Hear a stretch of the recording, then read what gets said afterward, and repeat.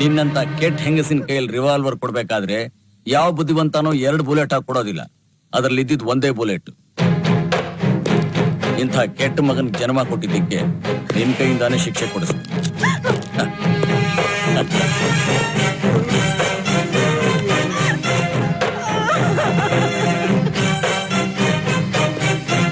ಕಾಕಿ ಬಟ್ಟೆ ಹಾಕೊಂಡು ನನ್ನಿಂದ ಇವರಿಗೆ ಶಿಕ್ಷೆ ಕೊಡಕ್ ಆಗ್ಲಿಲ್ಲ.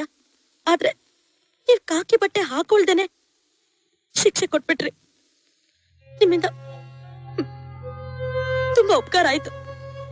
ಮೇಡಮ್, 1 ನಿಮಿಷ.